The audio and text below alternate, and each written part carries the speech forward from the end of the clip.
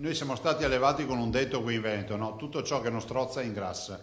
E penso che calzi a pennello, anche se il mondo della scienza rabbrividisce davanti a queste frasi, penso che un tampone non faccia mai male a nessuno e che comunque con un tampone si possano anche salvare delle vite. 13.000 nuovi tamponi, la strategia della regione è già partita. D'altro canto, dice il presidente del Veneto Luca Zaia, l'OMS ha confermato occorrono test per arginare i positivi asintomatici.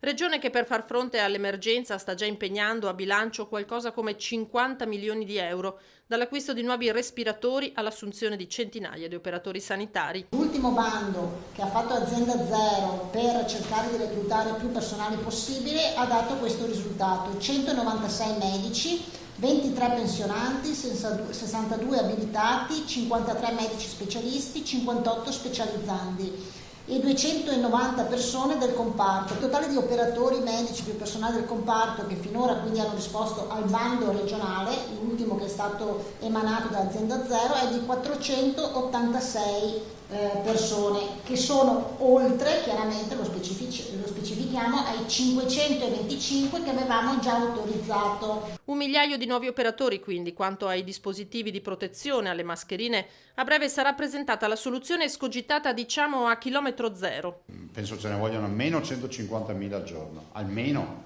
E nei prossimi giorni presenteremo un'operazione che stiamo costruendo da una settimana, per dar modo ai veneti di avere qualcosa da metterci, insomma, davanti alla bocca. Prego. Questo significa che saranno prodotti in Veneto? Made in Veneto. Ma vi dirò di più, anche mascherine chirurgiche made in Veneto. Siamo riusciti a mettere in fila anche una produzione di mascherine chirurgiche.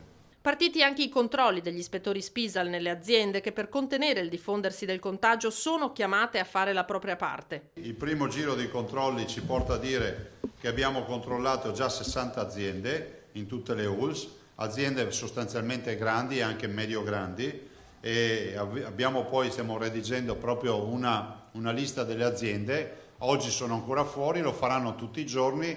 Penso che questo sia doveroso nel rispetto dei lavoratori. Penso che un centinaio di aziende le possiamo fare al giorno. Se qualcuno ha qualche realtà da segnalare in maniera pulita e serena rispetto al totale, magari il fatto che si disattende totalmente il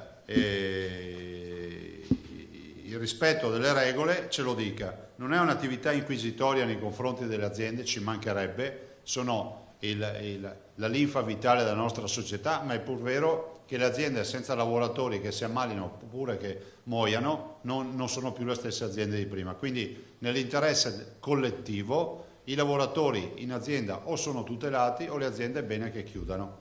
Abbiamo trovato assolutamente aziende che usano dispositivi e cercano, come si può dire, al massimo di rispettare le indicazioni e quindi i 13 punti previsti.